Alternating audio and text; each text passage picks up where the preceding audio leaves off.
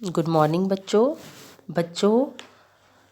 पहले हमने आपकी हिंदी की पाठ्य पुस्तक में से पाठ 15वां नीलकंठ को हमने उसकी रीडिंग करी थी, उसे पढ़ा था। तो बच्चों उसके बाद फिर एग्ज़ाम्स आ गए आपके, और आज मैं आपको पाठ 15वां नीलकंठ के शब्दार्थ और प्रश्नोत्तर करवाने जा रही हूँ।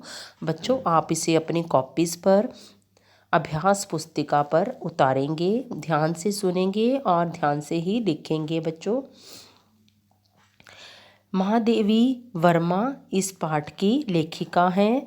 शब्दार्थ शुरू कर रही हूँ। पहला है अनुसरण। अनुसरण में पीछे पीछे चलना, अनुसरण पीछे पीछे चलना। निरीक्षण, निरीक्षण जांच। दूसरा क्या है? निरीक्षण जांच। मुनासिब उचित, मुनासिब उचित। कौतूहल उत्सुकता, कौतूहल उत्सुकता, कौतूहल उत्सुकता। ग्रीवा, ग्रीवा क्या होती है? गर्दन, ग्रीवा गर्दन, ग्रीवा गर्दन। संरक्षण रक्षा करने वाला, संरक्षण रक्षा करने वाला, संरक्षक रक्षा करने वाला। केका, नेक्स्ट है केका, मोर की आवाज़। केका किसे कहते हैं? मोर की आवाज़। सारांश, निरीक्षण, सारांश, निष्कर्ष।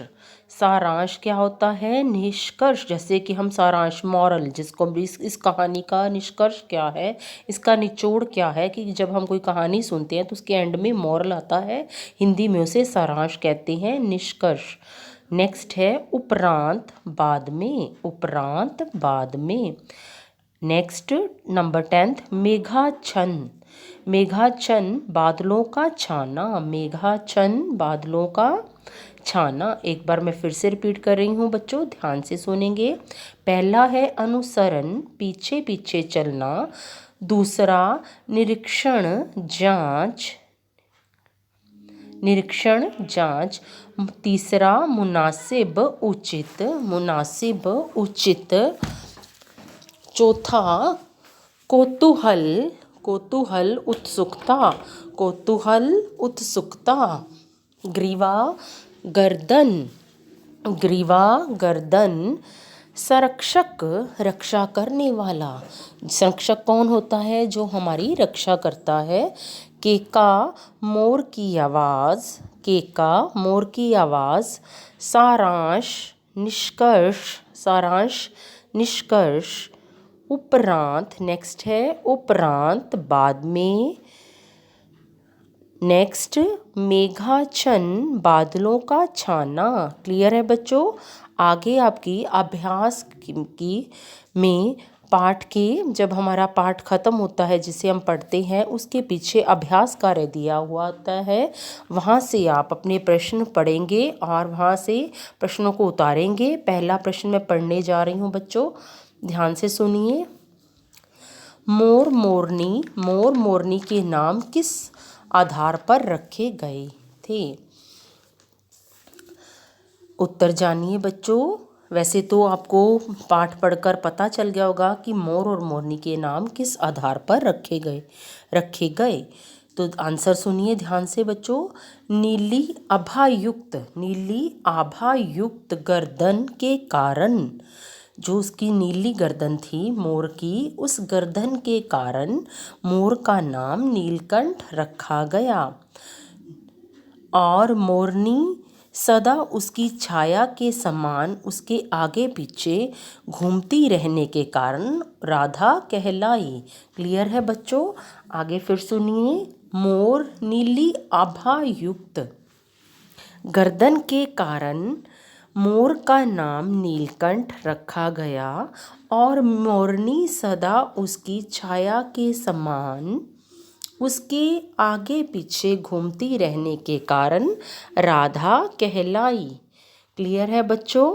अगला प्रश्न मैं पढ़ने जा रही हूँ, ध्यान से सुनेंगे। ये सारे प्रश्न उत्तर पीछे दिए हुए हैं, पाठ के एंड में अभ्यास कार्य में प्रश्न दिए गए हैं, वहाँ से आप प्रश्नों को उतारेंगे और उत्तर आप इसमें से करेंगे। अगला प्रश्न, प्रश्न नंबर दूसरा, जाली के बड़े घर में पहुंचने पर मोर के बच्चों का किस प्रकार स्वागत हुआ? उत्तर जानिए बच्चों। जाली के बड़े घर में मोर के बच्चों के पहुंचते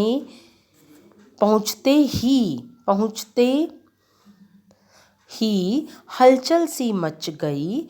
उन्होंने उन नए मेहमानों का स्वागत वैसे ही किया जैसे परिवार में किसी नववधू का होता है। यानी जब परिवार में कोई नई बहू या नई दुल्हन आती है तो उसका स्वागत होता है, वैसे ही वहाँ पर मोर के बच्चे के पहुँचते ही उनका स्वागत मेहमानों की तरह किया गया।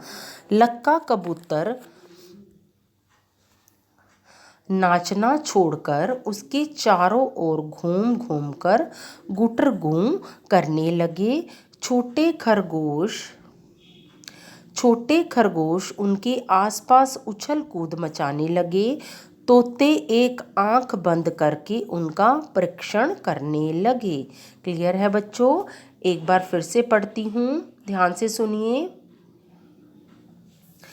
जाली के बड़े घर में मोर के बच्चे के पहुंचते ही हलचल सी मच गई। उन्होंने उन नए मेहमानों का स्वागत वैसे ही किया जैसे परिवार में किसी नववधू का होता है। लक्का कबूतर नाचना छोड़कर उसके चारों ओर घूम घूम कर गुटरगू करने लगे। छोटे खरगोश उनके आसपास उछल कूद मचाने लगे।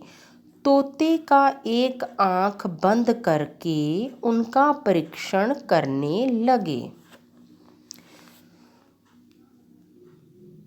तोते जो हैं एक आंख अपनी बंद कर कर उनका परीक्षण करने लगे, यानी उनकी जांच करने लगे कि ये किस प्रकार निरीक्षण करने लगे या परीक्षण करने लगे कि जांच करने लगे कि किस प्रकार के ये पक्षी हमारे इस जाली घर में आए हैं।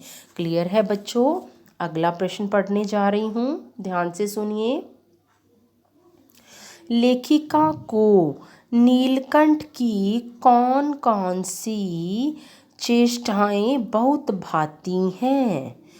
प्रश्न तीसरा, लेखिका को नीलकंठ की कौन कौन सी चेष्टाएं बहुत भाती हैं? उत्तर देखिए बच्चों। पहला है नीलकंठ का दयालु स्वभाव। दूसरा, नीलकंठ की सबकी रक्षा करने की चेष्टा।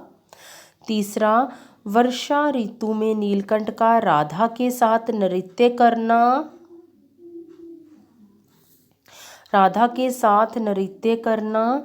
लेखिका के साथ हाथ से भुने चने खाने पर तनिक भी हानि न पहुंचना। क्लियर है बच्चों? एक बार फिर सुनिए। नीलकंठ का दयालु स्वभाव। दूसरा, नीलकंठ की सबकी रक्षा करने की चेष्टा। वर्षा ऋतु में नीलकंठ का राधा के साथ नृत्य करना। चौथा, लेखिका के हाथ से भुने चने खाने पर तनिक भी हानि न पहुंचना। क्लियर है बच्चों? आगे फोर्थ क्वेश्चन पढ़ने जा रही हूँ, ध्यान से सुनिए।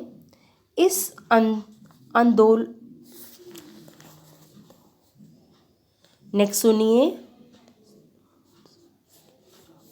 इस आनंदोत्सव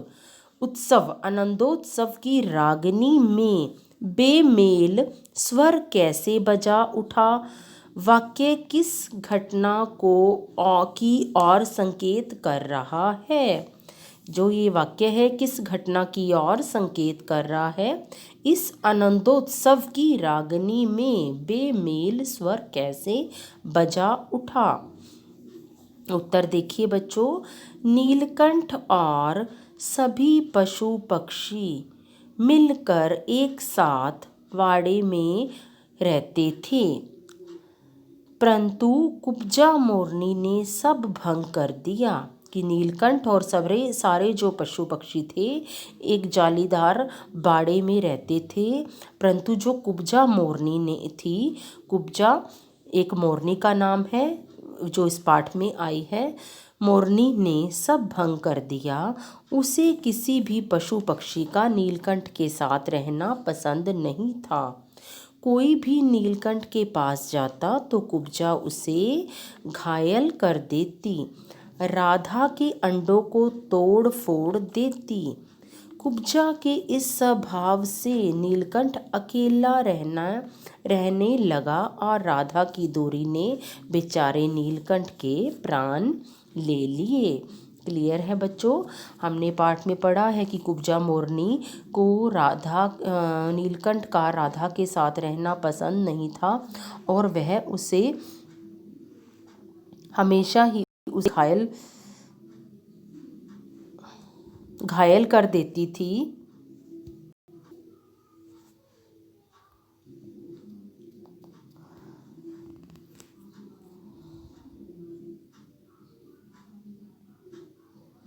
उसे घायल कर देती थी और उसके अंडों को भी तोड़ देती थी। नीलकंठ और सभी, दोबारा से पढ़ रही हूँ, नीलकंठ और सभी पशु पक्षी मिलकर एक साथ बाड़े में रहते थे, परंतु कुब्जा मोरनी ने सब भंग कर दिया। उसे किसी भी पशु पक्षी का नीलकंठ के साथ रहना पसंद नहीं था। कोई भी नीलकंठ के साथ पास जाता तो कुब्जा उसे घायल कर देती, राधा के अंडों को तोड़ फोड़ देती। कुब्जा के इस स्वभाव से नीलकंठ अकेला रहने लगा। राधा की दूरी ने बेचारे नीलकंठ के प्राण ले लिए। क्लियर है बच्चों? बच्चों एक बार आप फिर इनको प्रश्न उत्तरों को ध्यान से सुनेंगे और इनको अपनी कॉपी पर सुंदर सुंदर लिखेंगे। मैं दोबारा से पढ़ने जा रही हूँ बच्चों सारे प्रश्न उत्तर। नीली, अब पहला है, नीली आभा युक्त गर्दन के कारण मोर का नाम नीलकंठ रखा गया और मोरनी सदा उसकी छाया के समान उसके आगे पीछे घूमती रहने के कारण राधा कहलाई। नेक्स्ट है, जाली के बड़े घर में मोर के बच्चे के पहुंचते ही हलचल सी मच गई। उन्होंने उन नए मेहमानों का स्वागत वैसे ही किया जैसे परिवार में किसी नववधू का होता है। लक्का कबूतर नाचना छोड़कर उसके चारों ओर घूम घूम कर गुटरगू करने लगे। छोटे खरगोश उनके आसपास उछल कूद मचाने लगे। तोते जो थे वहाँ पर पिंजरे में एक आंख बंद करके उनका निरीक्षण यानी जांच या परीक्षण करने लगे। क्लियर है बच्चों? नेक्स्ट है, लेखिका को नीलकंठ की कौन कौन सी चेष्टाएं बहुत भाती हैं? नीलकंठ का दयालु स्वभाव। उत्तर है, नीलकंठ की सबकी रक्षा करने की चेष्टा। तीसरा, वर्षा ऋतु में नीलकंठ का राधा के साथ नृत्य करना। चौथा, लेखक के साथ हाथ से भुने चने खाने पर तनिक भी हानि न पहुंचना। क्लियर है?